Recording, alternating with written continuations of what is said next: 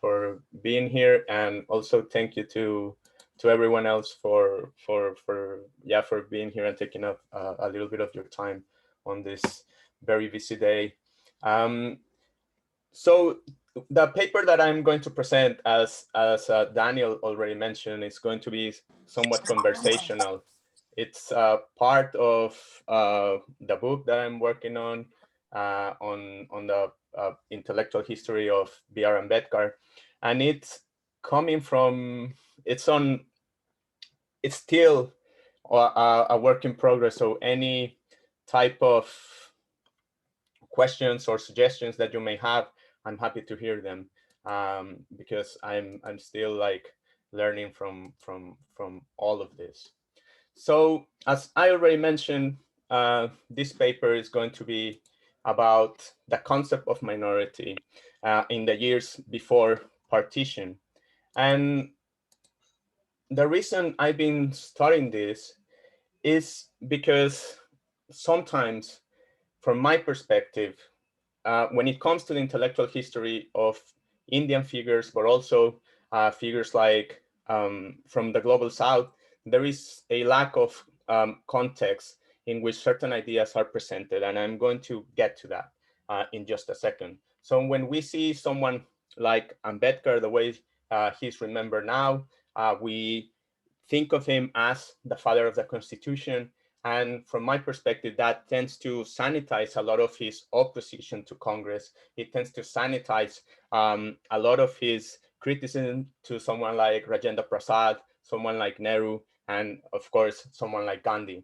So from my perspective, I'm trying to challenge those notions in which Ambedkar now stands as a father of the Indian nation, when a lot of times throughout the years, he was working, I wouldn't say like he was working against having an independent India, but he was working with the colonial government in so many ways.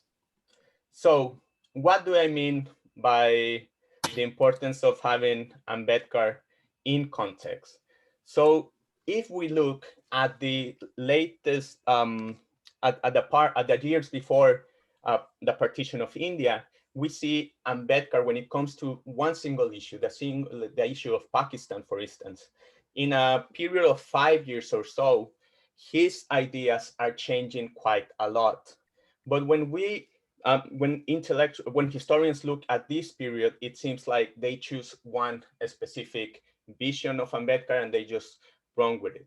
But I want to start just with a few quotations that are coming from two important books like Thoughts on Pakistan and Pakistan or the Partition of India, which are often analyzed as a single book, but both of them actually are saying different things. And what I want to show here is that the importance of context is key in understanding these changes, right? So the first quotation comes from Thoughts on Pakistan, and it says, judging in the light of these considerations, the unity between Pakistan and Hindustan is a myth. Pakistan is politically, sorry, I'm getting a lot of, I don't know if someone has their mic on, and sorry, thank you. So Pakistan, the unity between Pakistan and Hindustan is a myth. It's politically detachable from, socially hostile, and spiritually alien to the rest of India. So basically here in the first quotation, his Ambedkar is saying that India and Pakistan becoming a single community, it's out of the question. However, 5 years later, when Pakistan or the Partition of India is published, the argument that Ambedkar is making is quite different. And he goes, this cultural unity has defied political and racial divisions. In any discussions of Pakistan, the fact cannot be lost sight of, namely that the starting point, if not the governing factor, is the fundamental unity of India. So here he's saying, he's advocating for a united India, where Muslims and Hindus stay in the same country and they are like a state. So these type of differences are often disregarded. People tend to kind of go through them without much questions. And what I've been trying to do in my work, in my dissertation, and in my work on Ambedkar's vision of race, or in my work on Ambedkar's vision of partition anthropology, is precisely to contextualize Ambedkar. And why? Because when we have a no context Ambedkar, we tend to have two different strands in which Ambedkar is presented. One is the ubiquitous Ambedkar, that he's everywhere, he knows about everything. He's a feminist, he's a decolonial, he's a liberal, he's a Marxist, and everything seems like everything that you political position that the author that is writing about Ambedkar has, Ambedkar can present himself as that. And that is because there is a lack of contextualizations when it comes. So we have 1,000 readings of Annihilation of Caste, and every person kind of reading Annihilation of Caste brings a new perspective. However, Annihilation of Caste was written in a particular strange period for Ambedkar, in which he has lost his wife, he has lost a child. He has been, just a few years earlier, he has been in a big feud with Gandhi about the Pune Pact, and he's kind of like, that is his radical years. But if you only focus on Annihilation of Caste without any context, then you seem to lose Ambedkar. Then we have kind of Ambedkar the Infallible, in which he cannot be wrong about anything. And don't get me wrong, I'm not criticizing Ambedkar. I think like certain vulnerability in all of I prefer to see certain vulnerability, certain contradictions, and try to understand them to see why Ambedkar is arguing a few things. So, for instance, when we see when at one time Ambedkar is arguing for Pakistan, and in the other is arguing for a united India, then why is he doing this? Like, why is he changing his mind? And the third point, when we have a no context Ambedkar, is when he becomes unrecognizable. And this is kind of more, if we can call it an academic Ambedkar, in which it seems that Ambedkar is writing in a specific context, and historians, political theorists take a concept out of Ambedkar's writings, and then the work about Ambedkar becomes something that is hard to distinguish between the author that is analyzing Ambedkar under a Marxist lenses, or under a Shakespearean lens, or so forth and so on. So then Ambedkar, if you read Ambedkar, and this is something that Sudipto Mandal once said in one workshop, he mentioned that when I read Ambedkar, I understand Ambedkar. But when I read people or historians or political theories writing about Ambedkar, I don't understand Ambedkar. And that's what I'm trying to do, is just to contextualize those bits, trying to see how we can understand Ambedkar a bit better. And don't get me wrong, I'm not criticizing. I think I come from a training in which intellectual history, my own background is of intellectual history and political thought. And I have learned a lot of them. I understand the value.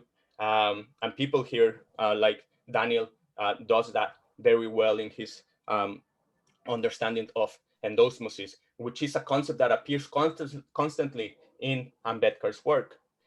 So there are really, really fascinating ways to see this. But I think sometimes also a bit of context is necessary to place and to understand the changes of Ambedkar throughout the years.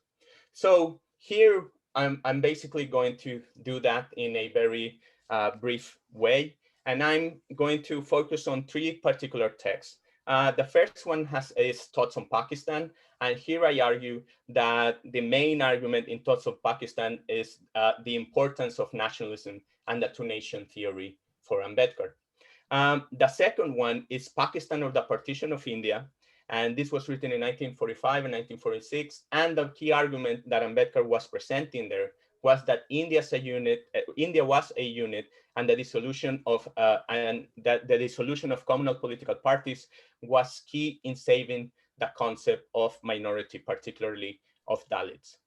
The third text that I'm going to look at is Communal Deadlock and the Way to Solve It, written in 1945.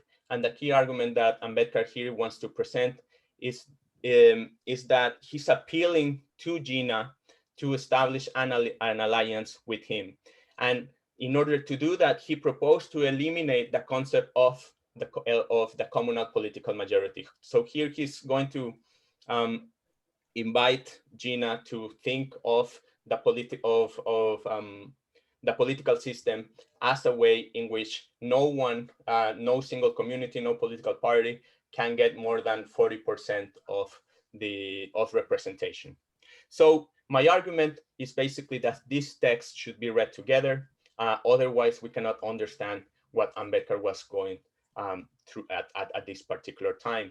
So in general, Ambedkar's objective here was to save the concept of the political minority and the rights attached to these notions. From my understanding, from my reading of it, he thought that the concept of the political minority was under attack from different places. For instance, the Hindu Mahasabha wanted to defend the notion of the individualism, one man, one vote. The Muslim League was advocating for not being a minority, for being a majority in their own political state. And that, of course, ended up hurting Ambedkar or his understanding of minorities, because, of course, what ended up happening is that, or at least like the Congress discourse, what the Congress wanted to do was to see Dalits as part of the general constituency or the Hindu majority, right?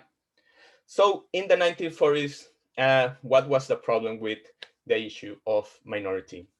Ambedkar, as I already mentioned, he perceived that the concept of minority was under attack. And this is important because Ambedkar's political project depended on the recognition of such categories, since the concept of Dalit was really under construction. If you think about it, this was an heterogeneous group that did not share a language, that did not share a territory, that did not share a means of living, and Ambedkar was aware of that. So this is the problem that Ambedkar is going to have throughout the years, that there seems to be rifts between Mahars and other and what they used to be called Chamars. So he's trying to eliminate that gap and bring people together. Something that it was going to happen with someone like Kanshi Ram, that he's going to bring that notion, that Dalit identity to the fore. But Ambedkar is setting up the ground for that to happen. And then we have this idea that I already mentioned. The concept of minority allowed Ambedkar to transcend those regional identities, those boundaries that were formed on conceptualizations of race. For instance, the Adi Dravidas, the Adi Hindus, all of these things Ambedkar was aware. And for instance, when I've been doing research about Ambedkar's understanding of the concept of race, of course, it goes against the narrative that that Dalits were the original inhabitants of India. But why is that? Why is Ambedkar going against that narrative? Because if you were considered indigenous at that particular point of time, you did not have access to political representation. You were to be sent into a kind of reservation, the way they call it in the States, and you were to see you were not allowed to have any political rights at that particular point in time. So Ambedkar was aware of that. So that is kind of what I've been trying to do when it comes to contextualization. So let's move into thoughts on Pakistan. And here is Ambedkar is presenting the case for the creation of a new state around the issues of nationalism, self-determination, and India's lack of unity.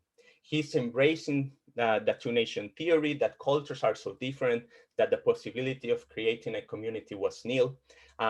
you have to remember and contextualize this in what's going on in international politics, which is what they call the Wilsonian moment that emphasizes self-determination.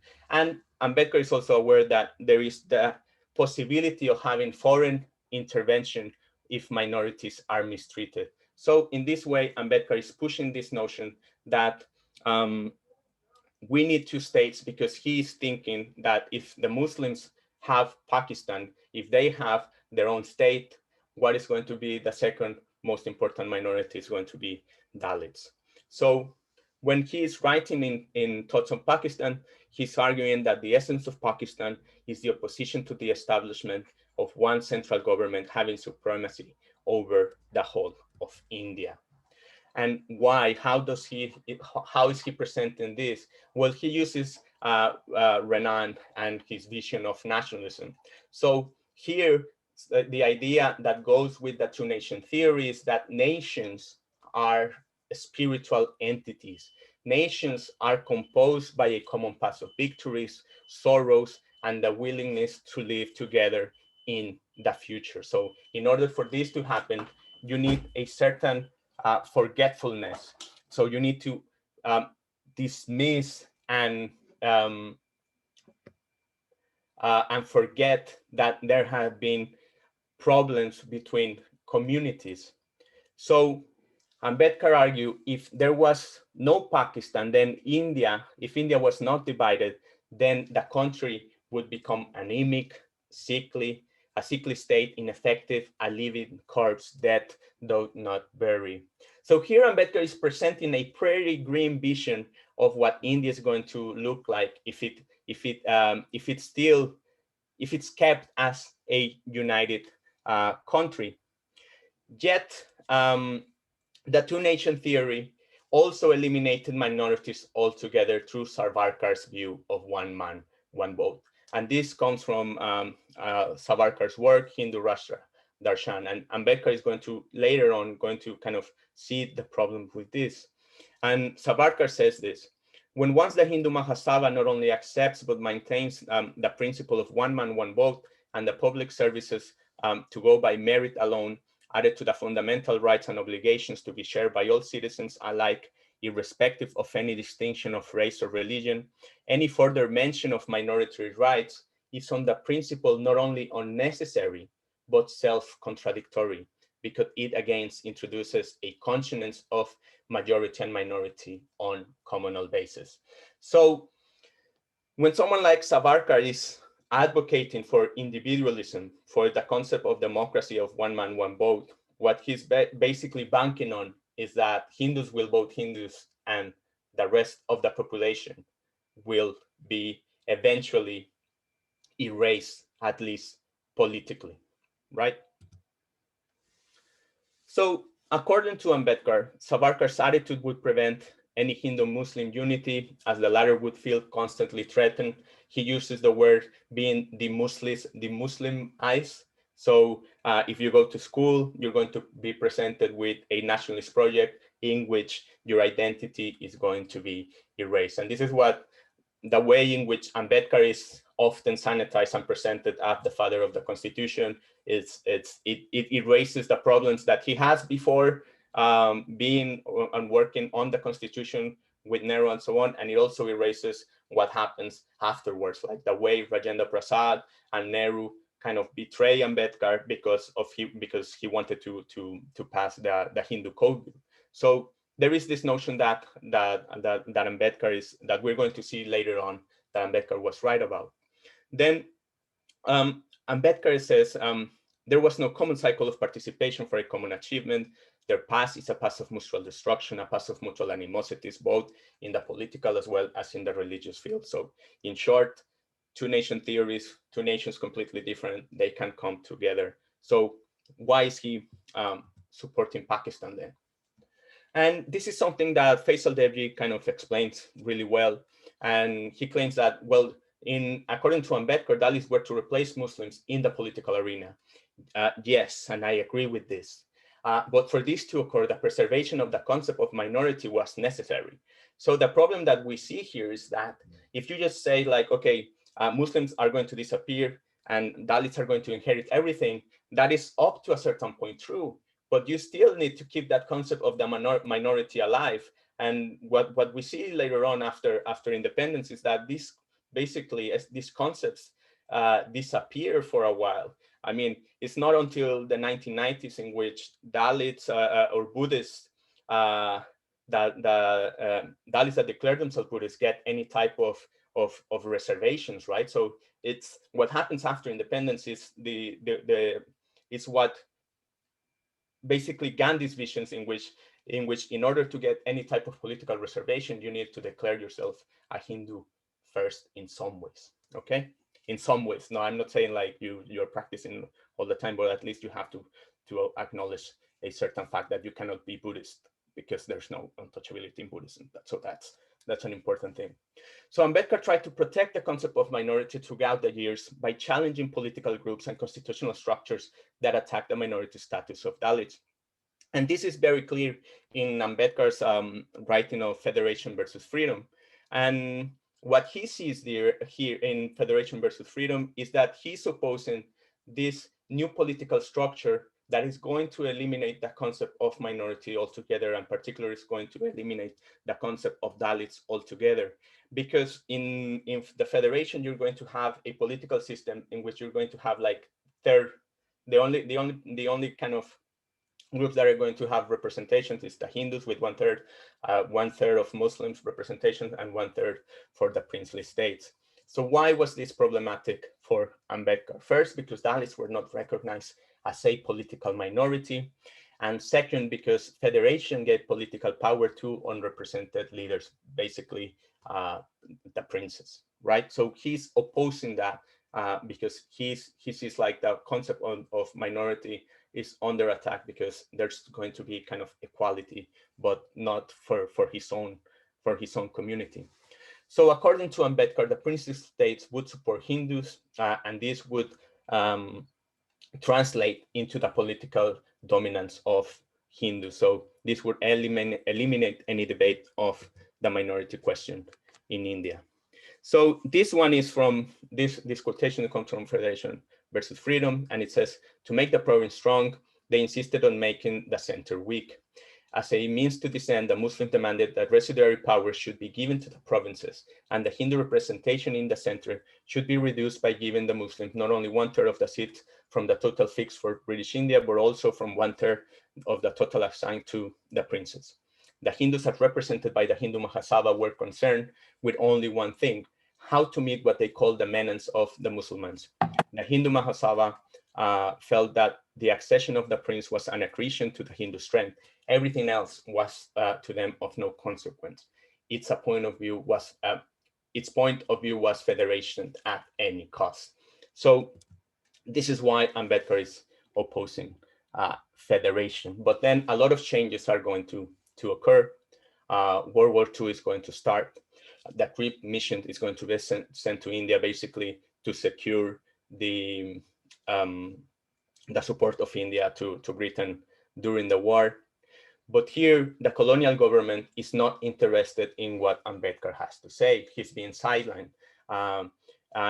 The only political groups that are being taken into consideration or seriously being taken into consideration is Congress and the Muslim League. So Ambedkar, he realizes that everything that he has worked for in the previous year is in danger, because it seems like politically, at least in a future India, in an India with a new constitution, Dalits would not be kept as a political minority.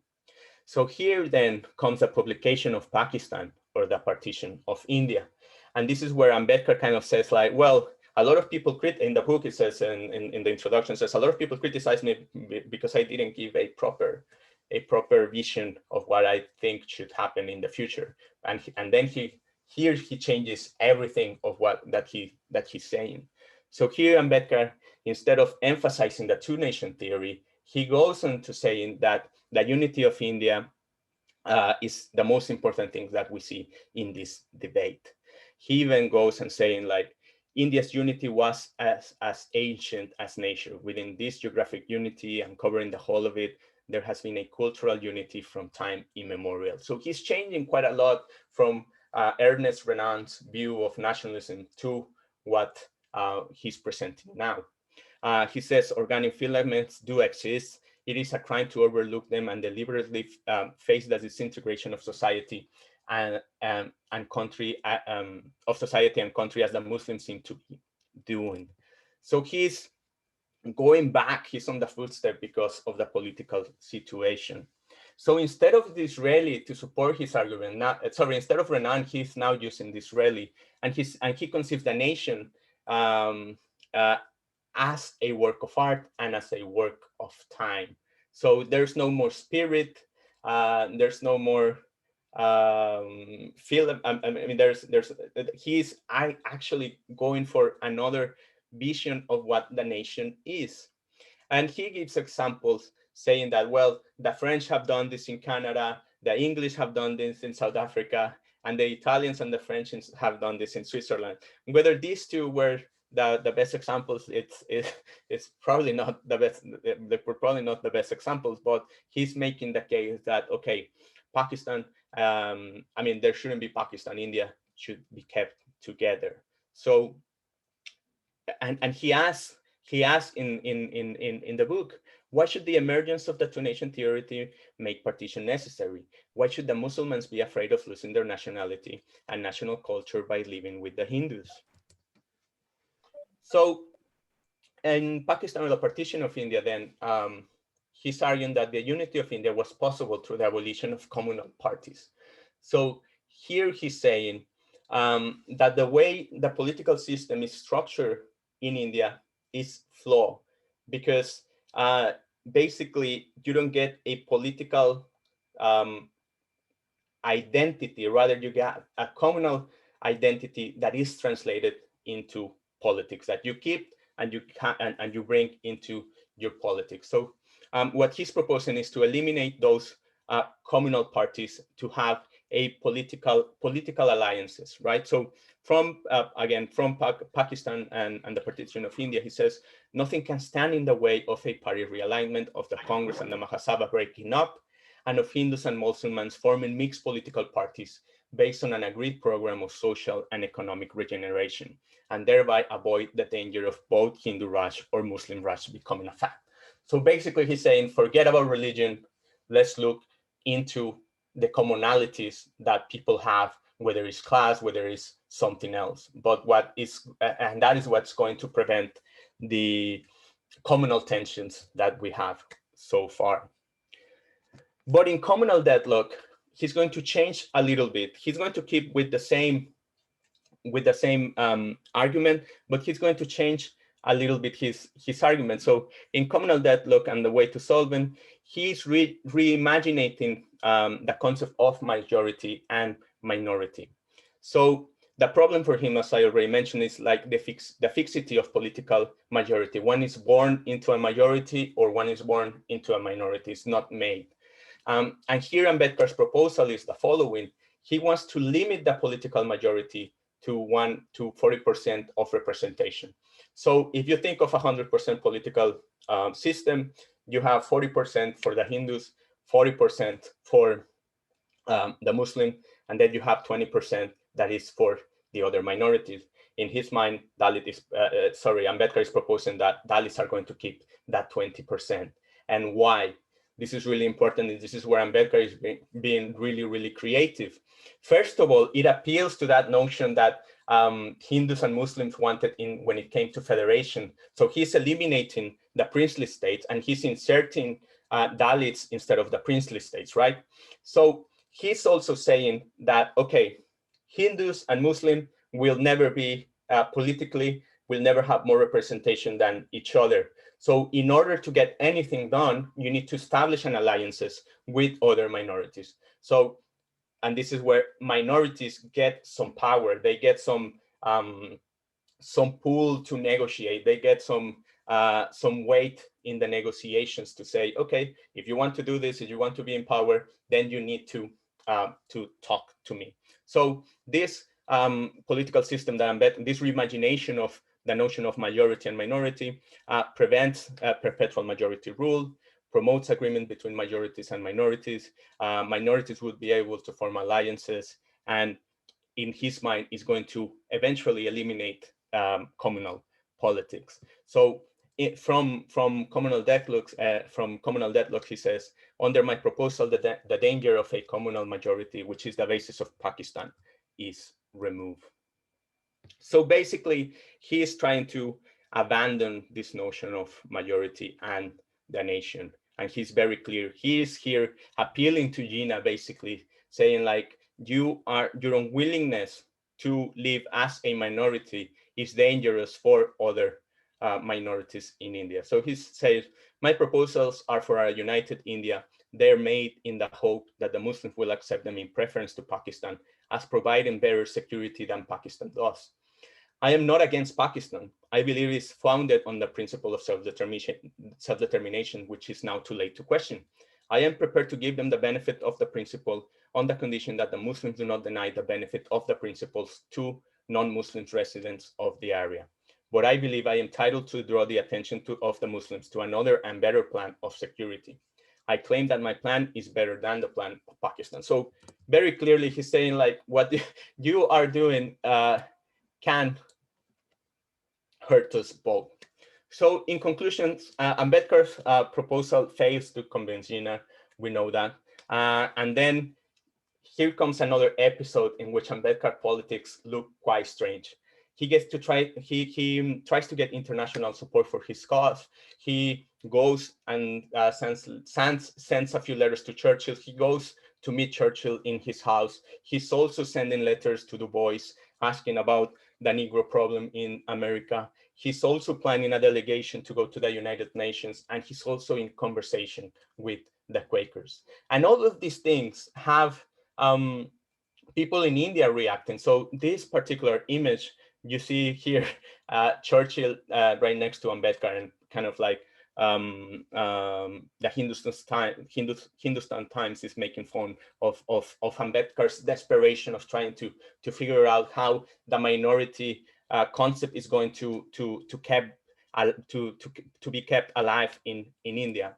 So at the end, what Ambedkar has to do is kind of to cut his losses. He decides that Nehru has an opportunity for him. He decides to try to protect constitutional rights for Dalits, and we have the constitution, right?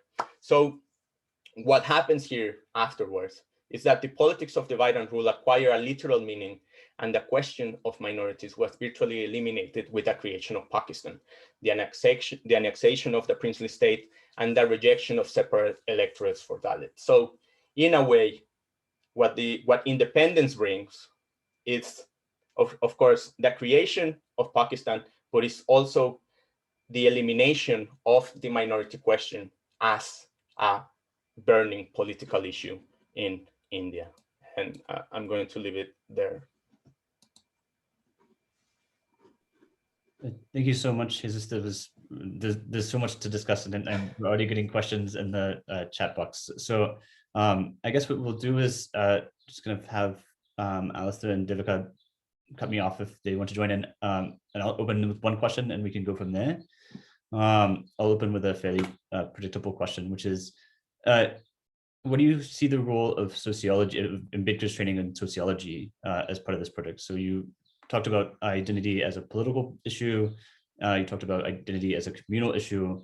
There's also the question of religion. Ambedkar's also working on a kind of philological project with Narayana Buddhism. So how do you kind of place all of these various forms of identity, realms of identity in relationship to each other at this moment for Ambedkar? Of him being a sociologist, you mean, like of his own on the creations of his own arguments? So I guess I as a sociologist, trained by Dewey, I guess my first question would be, but no, I mean, there seems to be a question of social identity. There seems to be a question of communal identity, of religious identity, and then political identity. And I'm curious to hear how you map that out. Right.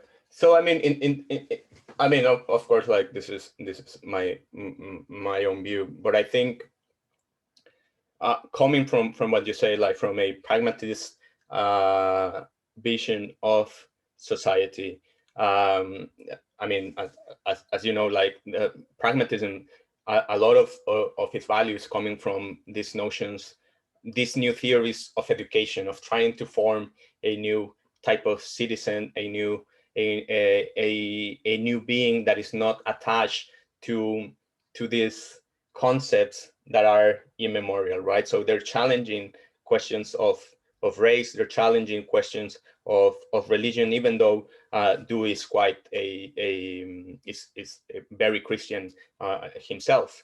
So what I think that Ambedkar is bringing from that perception or from that background of sociology is basically that society can be constructed in different ways, and that there is no fixation of identities. And I think that that's why he's kind of, in some ways, I mean, this is a great question, because in some ways he's doing an argument that is kind of typical of a lawyer, trying to present pros and cons, but he's also banking on that notion that, okay, society can be transformed because these identities are not fixed, but that is also in some ways his own challenge, because he first needs to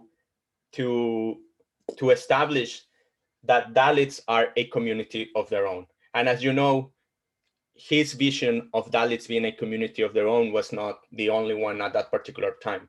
You have like the notion of Harijan, right? And that is like a competing, I mean, that is like the most dangerous thing that Ambedkar has at that point in time, like the competing notion of Harijan and Dalits as Hindus that Ambedkar has to challenge, right? So I would say that the notion that sociology can be reconstructed, society can be reconstructed from a sociological perspective, it was kind of allows him to make this argument and trying to change his argument so much, because pragmatism, in the end, what the philosophy argues is that you need to do trial and error. You need to propose this, and if you see that this doesn't work, then you move and you kind of propose something else. Like there's no single answer that is going to take you all the way to your own goals, but you need to learn and keep changing from to keep moving forward. And I think that that would be a kind of initial perspective, but yeah, it is a great question, Daniel. Maybe I could jump in then and ask, moving from Ambedkar as a sociologist to him as a lawyer, and I was super interested in, obviously the minority question is such a salience in the interwar and post-war in international legal discussions, right? And the kind of thing that intrigued me about it was that my understanding is that the precise point that you're looking at, and the paper was so fascinating, where he's desperately trying to hold on to this minority category as a category that has some kind of political and legal salience. My understanding is it's that precise moment that in international law, it falls out and loses all that salience. So it goes from minority to human rights, right? And human rights seem to eclipse that. And so I was wondering, is he kind of, because at the end I saw that he's going to the UN, but is he kind of aware of that kind of falling away of this category? And if so, like, how is he trying to respond to it? Absolutely. I mean, he's completely, I mean, he's aware of this, and he learns about this in a bad way, right? Like when he goes, I mean, he does not go to the UN at the end, but he's presenting these initiatives. People are responding to it, and people are worried. They are writing to Gandhi. They are writing to Nehru and so on. And he's banking on the wrong horse, basically, because when he approaches someone like Churchill by saying like, okay, this is the Wilsonian moment. We need the protection of minorities, as you mentioned. The UN is looking into something different. They are now like kind of trying to maintain the certain powers to keep some colonial right of intervention in places like Africa and so on, by claiming like now the most important thing is human rights. So what happens at the UN, and what happens, the replies that Ambedkar is going to get is like, no, this is an internal matter, and this is what someone like the the Indian representatives at the UN are saying like, no, this is a sovereignty issue, like you cannot intervene here. So Ambedkar here is like, he is losing. And I think his own, when he realizes this, that the minority question is not going to work, basically because the most important minority now has like their own state, and that's kind of refused to live under that notion that they can also be a minority. Then he decides like to cut his losses and go try to do his best in Nehru's government, basically as the chairman of the Constitutional Committee. But yeah, you're absolutely right. Like this is something that I note in one of the articles where that I've written about this, that you have he's making the minority argument at the wrong time when that is going away, basically. If I can sort of jump in and ask a sort of, so thank you so much for your talk. I have lots of questions, but I'll stick to one and I'll ask one that is sort of related to this question of the sort of broader context. And that is that, I mean, the 1930s and the 1940s are a really interesting sort of period, because, you know, you've had people write about how a lot of different sort of political imaginaries by the mid sort of 1940s all end up being sort of closed off. And then you have the nation state becoming the only sort of possibility. But the late 1930s and the early 1940s are still a period when in different places, different sort of political possibilities, as you know, what comes after the decolonial sort of decolonization are being thought about. And so in a sense, the minority question is something that I wanted to ask you if that comes up in different sort of contexts in Asia, for instance. So places like Malaysia, Ceylon, Burma, they all have these sorts of a distinct sort of, you know, the question of political belonging that a lot of people are now sort of writing about, you know, and this is happening as a sort of, as the imperial sort of framework gives way to the nation state,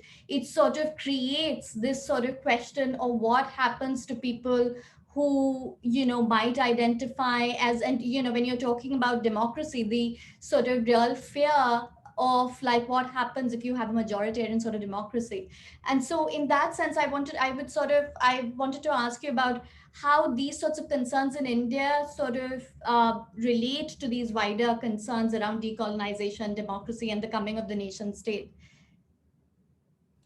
Right, it's a great question. I mean, I'm not sure about like the whole kind of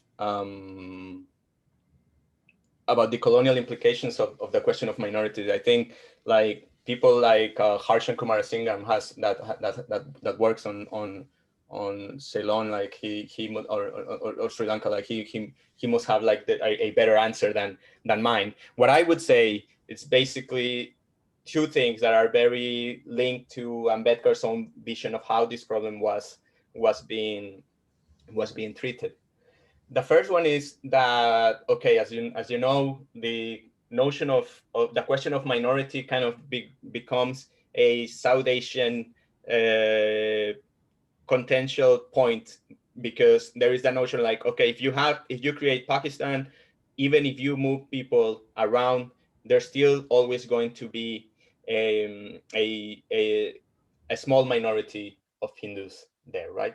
So then you have opened the arguments of what is going to happen to them. Are they going to become a type of hostage to a bigger political, to a bigger state that it kind of prevents any sort of altercation and any sort of mistreatment to the Muslims in, I mean, just to make to bring a case to Muslims in India. So the notion of minority becomes a strange point of contention that is kind of, you need to preserve them only because if you don't preserve them, you will have more problems. And that we know, like there are still problems. And I think what the ones that maintain that questions is not Muslims, but it's Christians in some ways, because they have like a wider audience in which Christians are more, in some ways, more important in the views of the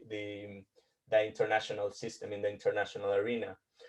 The other thing that comes into mind is the question of minorities in places like South Africa, and particularly how Indians were being treated in South Africa. And this played in both ways. So someone like Ambedkar was saying to India and to the people at the UN, like, you are making an argument to protect minorities in India, to give them land rights, in South Africa. You're making that argument in the UN. You're kind of trying to establish you're trying to keep that concept in South Africa, the concept of minority of South Africa, as to protect them, but you are not doing the same in India. And this is where where the South African government is saying the same thing to dismiss the question of Indians in South Africa. Basically, they're saying to Indians, well, you claim that you're interested in the concept of minorities, but when it comes to Dalits, you're not interested in keeping them and to protect them and to give them specific rights and to give them a specific protections. So yeah, it's not a great answer, Devika, I'm afraid, but but it's what is the way in which I would think about it initially. I was thinking that we might have a longer roundtable, but the questions that are from the audience are amazing, and I think we should just jump to those. And there's a lot of them already. So thank you for people who've written in, and please feel free to direct message me your question for Jesus, and I'll read it aloud. I'll try to go in order. The first question is, how do you unpack Ambedkar's use of security? How is it related to secularism and its politics in his time? So I guess it's a question about the national security, the security of minority rights. Of security. Can the person kind of explain what they meant by security? Like, I'm not sure I'm following what they are trying to say. Yeah, so if you can, the person who asked that question, please follow up with that. We'll come back to it, I guess. The second question is, the speaker once mentioned, quoting someone, that it is difficult to understand Ambedkar from a historian or a political theorist perspective, so you need to read him directly to understand him. So the question then is, why is this the case? Why is scholarly work not reliable to understand Ambedkar, and why does one need to read Ambedkar directly?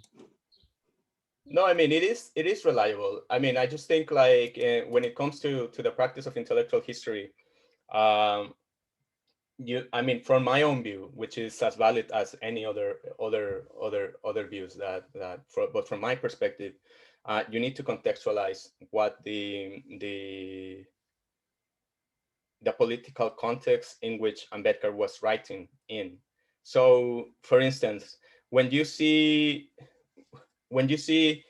if you go to read Ambedkar in 1918, 1919 in the Salvador Committee, and his views on political minorities, and even the period right before the Pune Pact, if you see all of his writings, you can see that he's not completely against this vision of being confrontational with Congress at all times. This is something that comes later on after the Pune Pact.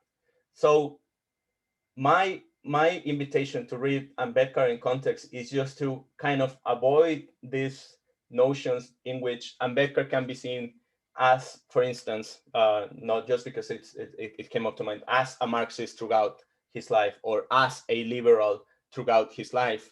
Rather, I think that the importance of reading Ambedkar is that you might notice that the early Ambedkar was a liberal. The radical Ambedkar in the 30s was more of a Marxist. That the constitutional Ambedkar is basically a constitutionalist Ambedkar trying to think as a lawyer, trying to bring in legal protections to the notion of minorities and so on.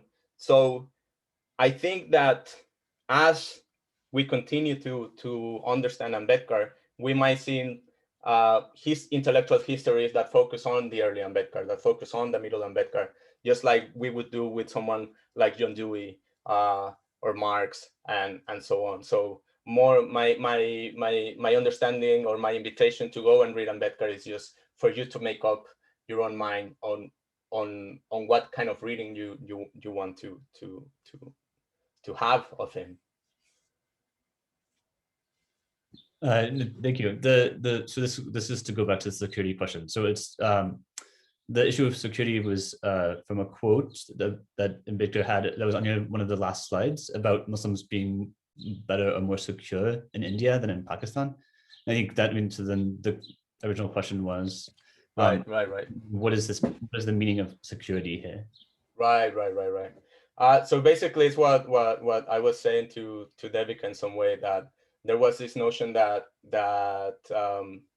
if you had Pakistan, and if Pakistan was consolidated, then you will have the problem of the Muslims that were not in Pakistan. They're going to be at the mercy of a Hindu majority country, right?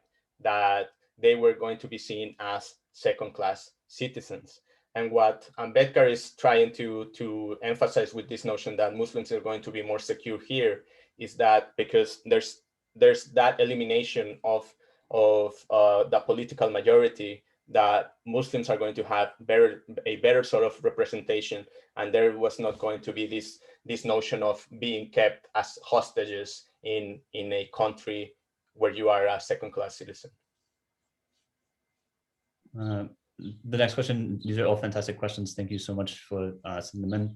Ambedkar seems to be fairly consistent on being an anti-federalist throughout this period, from Federations versus Freedom in 1939 to a speech he gave on December 17, 1946 in the Constituent Assembly. He's explicitly in favor of a strong center. And if I can jump in, also kind of certain type of juridical activism emerging from that center. So back to the question, how does his views on centralization square with his changing views on the minority question and also on Pakistan? How do they square with the minority question, like having a strong center? Right. Well, I don't think like they are that different. I think they are part of the same argument. I think like by being against federation, federation in some ways is basically that each region are going to have like their own vision of what a minority should be, and their own vision of what how people are going to treat specific minorities in each particular area.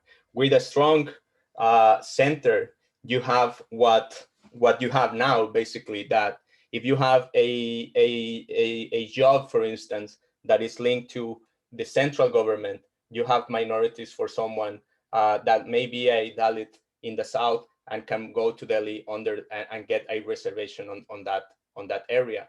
But rather in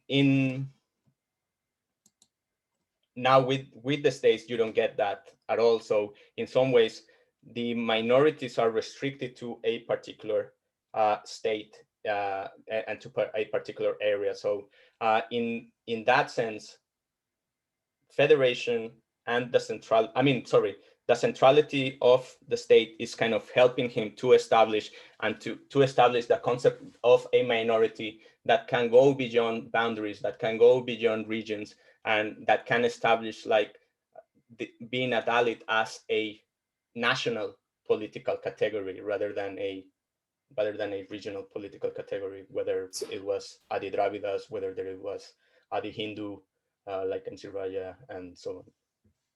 Can I have a follow-up onto that? This was my question. I just thought, because you see, by the mid-30s, the minority question, as far as the Muslim question is concerned, is phrased in terms of federalism, right? That seems to be the grand solution, and that continues to be the way to conceptualize it right up to 47, right? But Ambedkar is not at all sympathetic to this way of thinking about the minority question. Is it because of his desire to have a pan-Indian Dalit identity, as you talked about right at the beginning, from the after communal war, the franchise commission, etc. Is it because unlike the Muslim question, the Dalits are not obviously majority anywhere there. So is it because of his specific viewpoint as a Dalit leader, as a scheduled caste leader, or is it as a kind of a Marxist economist? This is the time of the Soviet 5-year plan, so like a Nehru kind of an approach to the strong center, which is more of a doctrinaire approach, that this is the grand solution to the economic problem of India, etc. And this is, and here it's really interesting because in the 46 December 17 speech, he's actually speaking against, he's speaking for allowing the possibility of Pakistan, but he says that he's against strong center. He's against federation. He continues to be making that point. And so I just wanted to say that, in fact, if we don't read this 939 Federation versus Freedom Peace as explicitly, he's making an argument against a particular version of federalism that is introduced by 35 Act, which is problematic because of the position of the princely states. But I'm just trying to understand that unlike his politically shifting positions on many other questions, federalism is very consistent. He's actually, is it because he's Dalit question is so different from the Muslim question? I think certainly you have something going there. I think the main issue with federation is the princely states. It's that his own vision that you could establish rights for Dalits at the center, but when it comes to the princely states, the princes can do anything when it comes to Dalit, and he's against that, and that's why he's saying I'm against this notion of people that are not elected democratically to have any sort of power over other people. The second thing that I wanted to mention is that there is also this struggle that Ambedkar has, right? How are you going to establish any sort of political power or any sort of political category when you cannot ground the concept to anything? So for instance, when we're thinking of Pakistan, when we're thinking, you can create you can divide Pakistan because you have a Muslim majority located in a specific areas, right, of the country. And Ambedkar did not have that. So he wanted to establish that notion, as you mentioned, of a national political minority under very specific grounds that are not linked to any territory, that are not linked to any language, because it's also when you get linguistic states, he doesn't have that. When it comes to a specific industries, to specific jobs, he doesn't have that either. So I don't think he's viewing this from a Marxist perspective, because it's really interesting, because I'm actually writing about that right now. In the 1930s, late 1930s, Ambedkar is kind of he's protesting in 1938. He's protesting against, he's in a general strike in the mill industry in Bombay, and his partner, it's people like Dange, right? It's the communists that are in Bombay. He's making an alliance with them, but at any point he's pushing the Marxist ideas, which I found quite interesting and a bit strange. He's pushing other notions of political rights, political liberty, that are more associated with, we can say that Fabianism, but we can say something more liberal as well. So it's he's not pushing that bit, but he's trying to create more of a working idea, which that is the main, as you mentioned, that could be interpreted as something. But what is the problem? He does not get very far with that, because other workers in the mill industry do not want to support Dalits in that particular area. So in short, I would say that it's about trying to establish the concept of minority as a national category without being able to claim a territory and without being able to locate that particular notion. But of course, I mean, what you're mentioning is quite interesting. It's quite possible as well. Like, I mean, that's my own view, but yeah, your own view is it's sound as well. There's a lot of good questions, so I want to make sure that we get to as many as possible before we run out of time. So the next question, just to keep going, is but thank you for the clarification on that. Ambedkar, in Thoughts on Pakistan, emphasizes the Muslim mindset and draws on statistics. Because is there a way you could, what is the role of statistics in his work on Pakistan from 1940?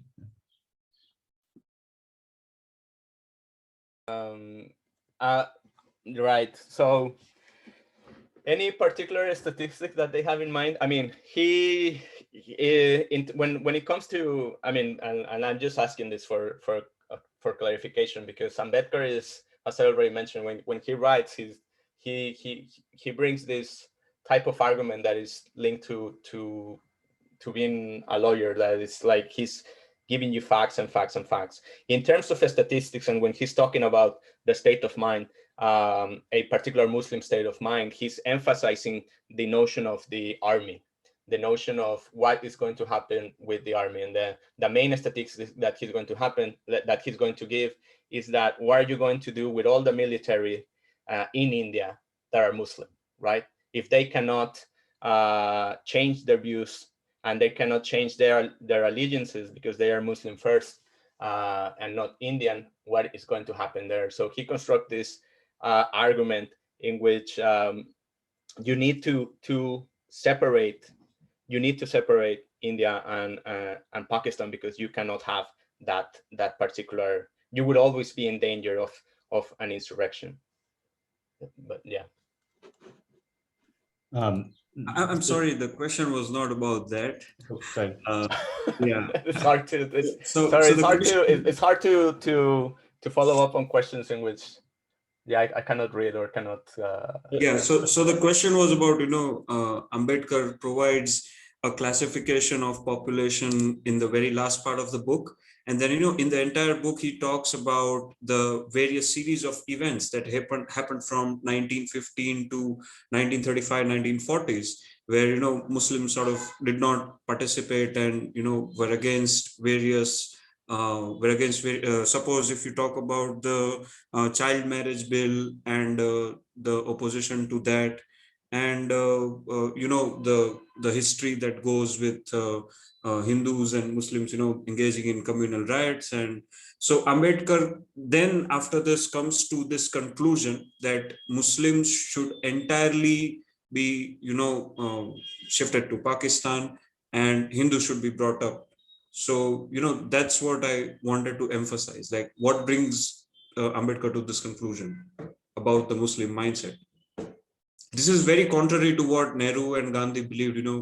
They talked about assimilation and inclusion, whereas Ambedkar says fundamentally and proves it with statistics that they should just migrate to Pakistan and there's a separate state for them, whereas Hindus can be the majority here.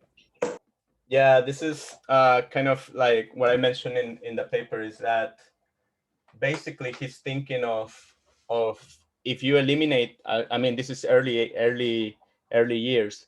If you eliminate the notion, if you eliminate the notion that Pakistan is that Muslims are going to be in India, then you eliminate I mean, and this is what Faisal Devri argues as well, that if there are no Muslims in India, then you can have Dalits kind of inheriting that political space in India, right? So basically, it's kind of a tactical argument that he's pushing at this particular point in time. He's saying, well, if there are not going to be Muslims, then this is good for Dalits, because now we're going to become the second, the most important the second most important political force in the country. So that would be my reading of it. So from my point of view, he's just making a political argument about what is best for his own views and his own political goal in that respect. I mean, the next three questions are all sort of connected, though they branch out in different ways. So what I'll do is I'll read all three questions, and which all kind of center around this the kind of the question of minority, and I will then give that to you to kind of answer all together, just in the interest of time and making sure that we have as many people speak as possible. So the first question is, thank you for a great presentation. Can you give us a sense of what kinds of rights what kind of rights did Ambedkar see as being attached to the category of the minority? So what's the relationship between, I suppose, rights and minority status?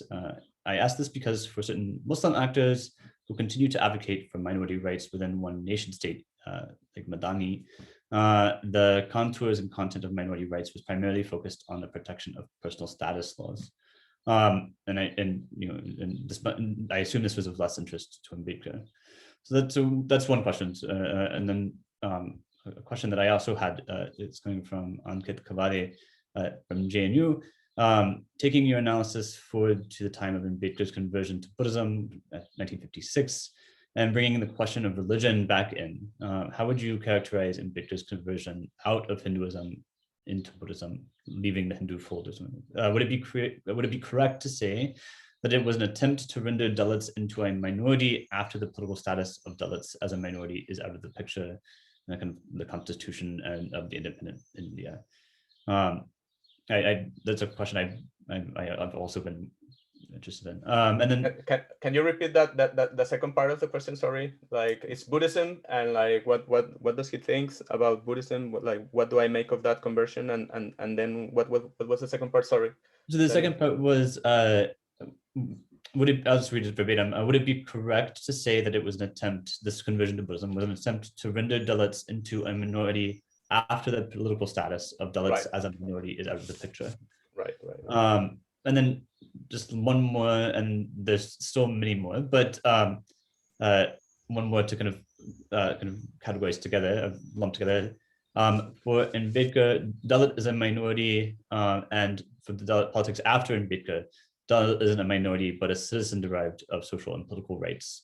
So why is the notion of Dalit as minority is not considered kind of, or not taken up in the kind of Ambedkarite post-Ambedkar Dalit movement? And I'll stop there. Just kind of we have one question about Buddhism, one question about the kind of rights attached to being a minority, and then the kind of move from Ambedkar's political writings to Ambedkarite political writings. And then there's some more, but we'll pause there so you can catch up.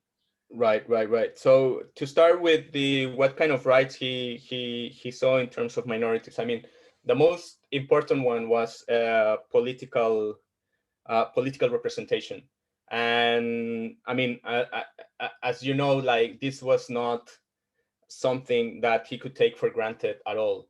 So in 1918 and 1919, if you think of the Savarkar Committee and the outcome of the Savarkar Committee, which was a constitutional reform that was looking into how political representation was going to be redesigned in India, Dalits or the depressed classes, as they were called at the time, in Bombay, they only had one seat of representation, and it was through nomination. So in a sense, it was no representation at all. So the government would choose someone that they deem that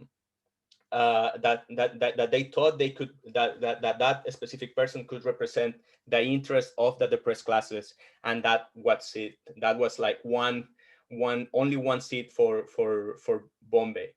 So then Dalits could not get any type of political rights, because in order to have political representation at that particular point in time, you needed to be either to have an education or to have some land, right? So that he's fighting for that. That's his main concept, that minorities have to have some sort of political representation.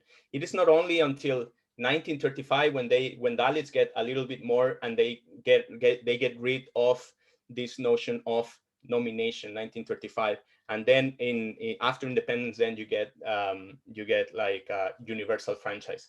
But the main driver for him is that the rights of the minorities are being able to have a political voice. Of course, to that you can add then a means of living, whether it is through reservations in the government, and also to have access to education, have access to specific things that every citizen should have. But then that's what he's going to push that. But I would say like the main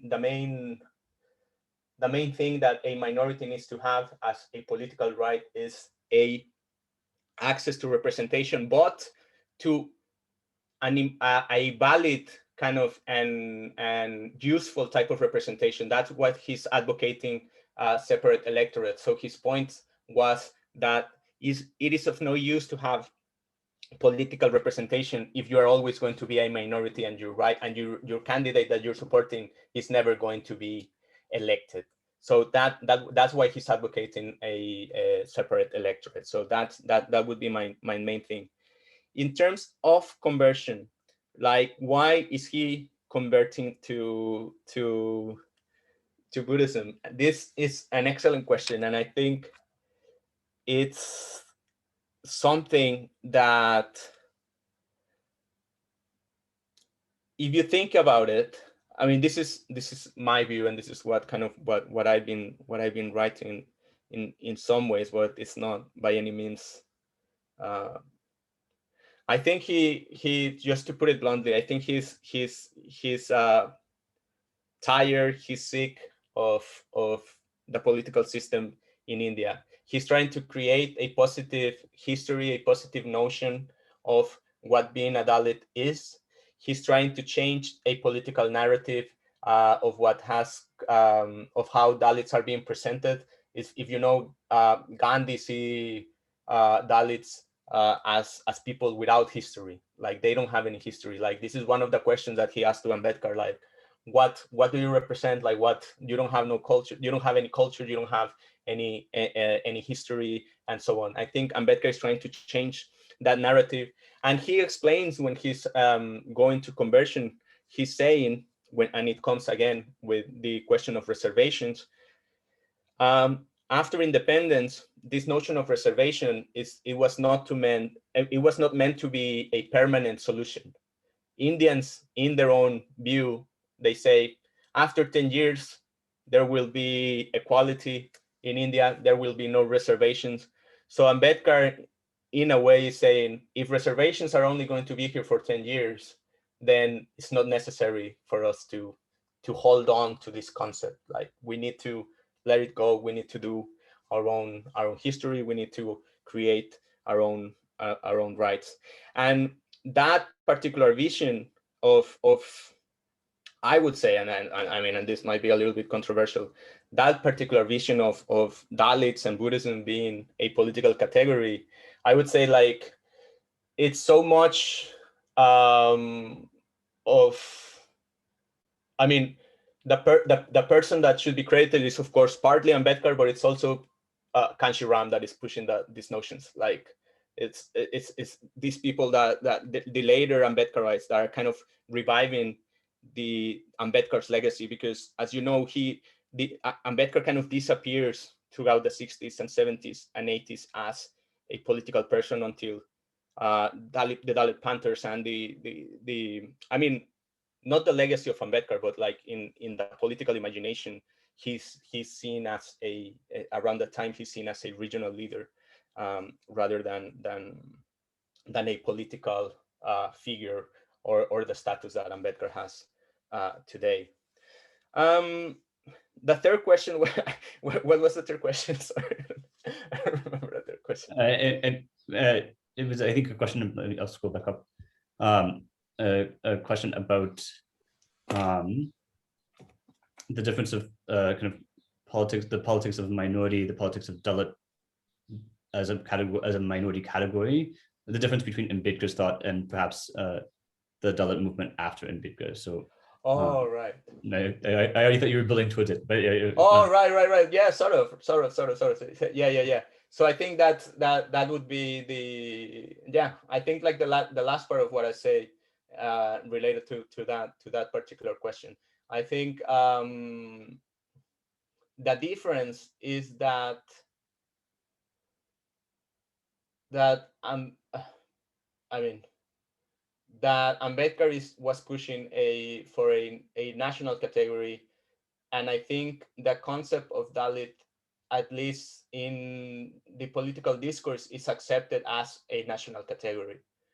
Whether this works in reality and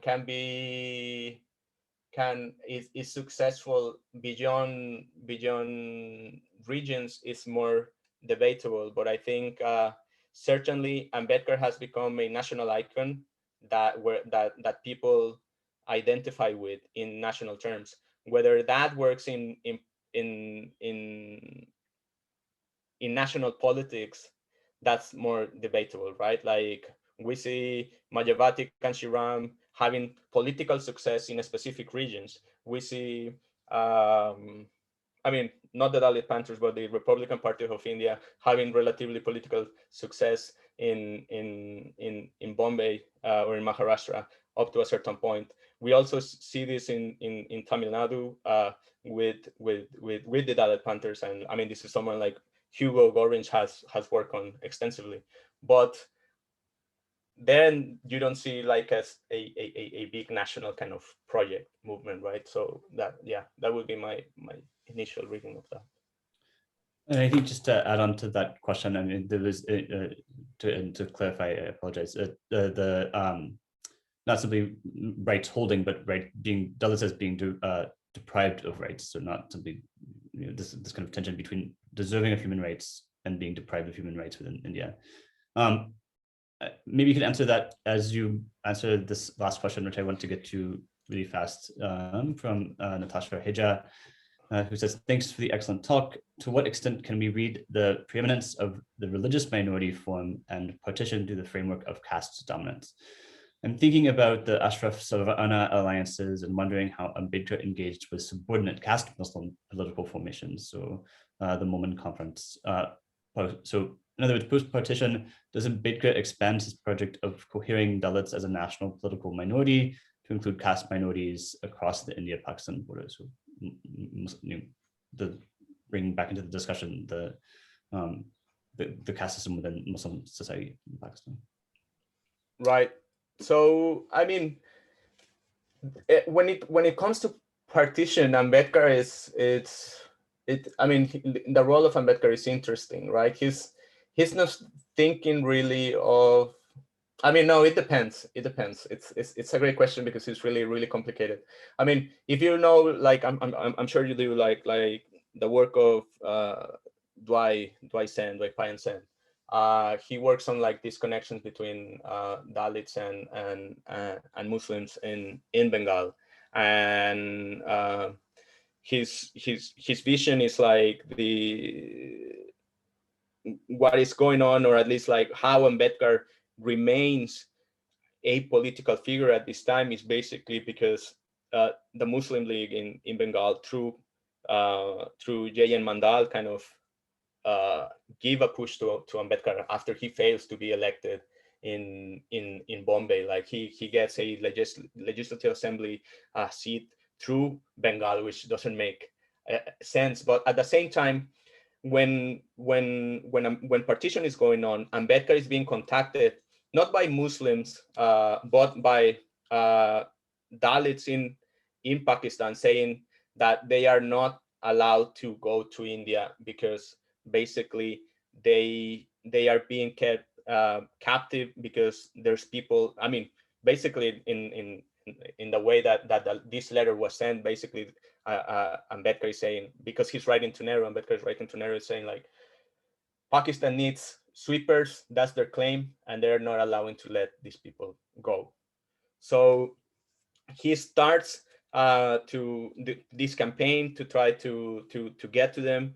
but he fails because Nehru is not really interested in this thing. But I mean, if you're interested in this, Sunil Purushottam published a book about it recently, not about this, but about partition and that. But and he touches upon this upon this issue briefly, and Ambedkar is kind of struggling with that.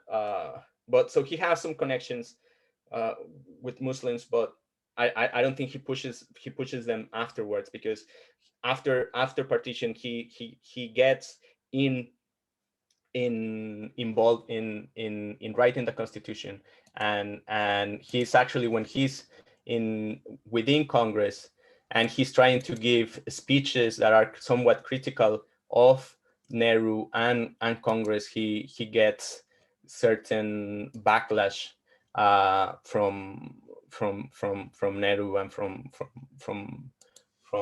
Congress. So he has some issues there. So he's being controlled in a little bit in that sense.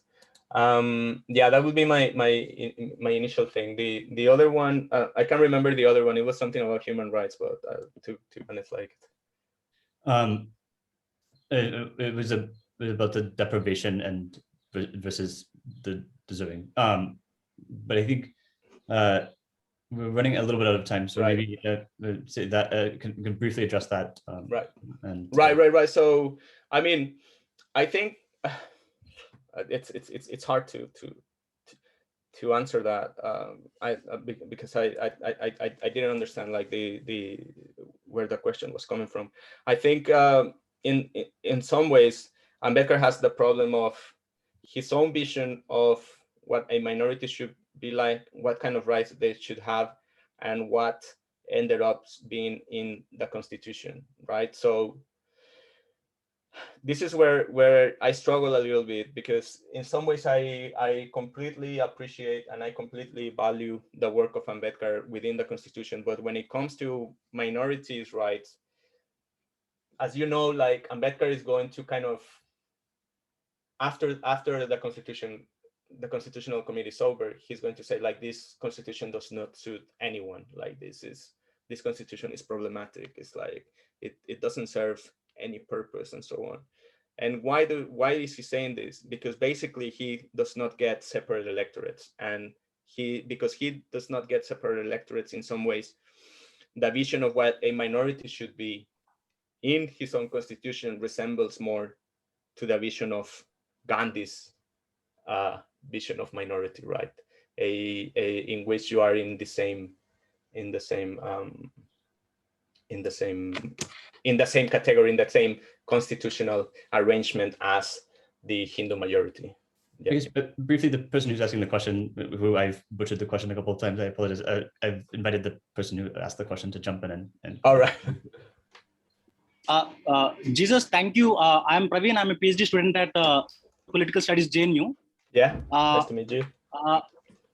So, in your entire talk, you made very clear observations that Ambedkar was coming in the wrong time with the idea that Dalit is a minority. So, could you explain the reasons why does Ambedkar come in the wrong time? Could you explain the reasons? One is this, and second is what happens to the question of minority within the idea of Dalit politics after Ambedkar? Let's say if we take, since you mentioned Kanshiram, if we take Kanshiram, the elections in 1990s, Kanshiram gives the highest number of tickets to Muslims in the state of UP, and ironically, none of the Muslims get elected in that very election. But later Muslims do realize, and then there is Muslim representation within the BSP politics. This is the additional write-up. This is the additional question.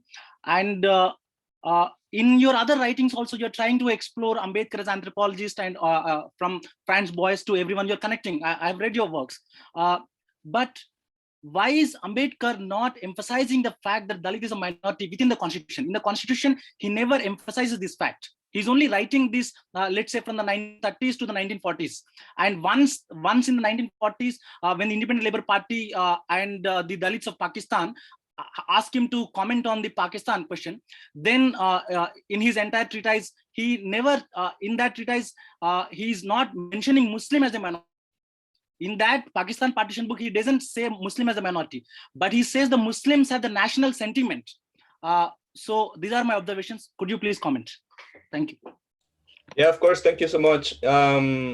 So the reason that I mentioned like Ambedkar is bringing, I mean, at the later stage, just before partition, he's bringing the notion of minority at a wrong time to the international arena, and this is something that Alistair mentioned, because in international politics, the question of the minorities that was being first defended because of the Jewish communities or minorities in Europe being during the First World War,